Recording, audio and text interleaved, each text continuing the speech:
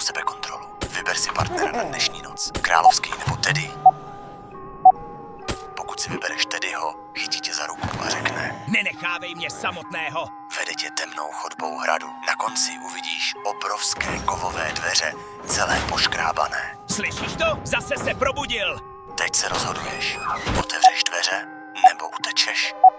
Pokud dveře otevřeš, uvnitř je úplná tma. Teddy za tebou zavře a začne se smát. Ve tmě se objeví obrovské červené oči.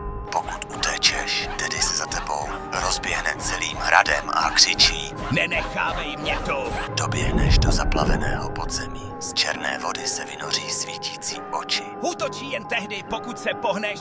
Pokusíš se přeplavat nebo zůstaneš stát bez hnutí. Pokud se pokusíš přeplavat, černé ruce tě chytí pod vodou a stáhnou do tmy. Pokud zůstaneš stát, oči zmizí a skryté dveře se otevřou do jasného denního světla. Kdybys vybral královského, ukázal by ti svou zlatou armádu, vzal by tě na královskou hostinu a chránil by tě celou noc.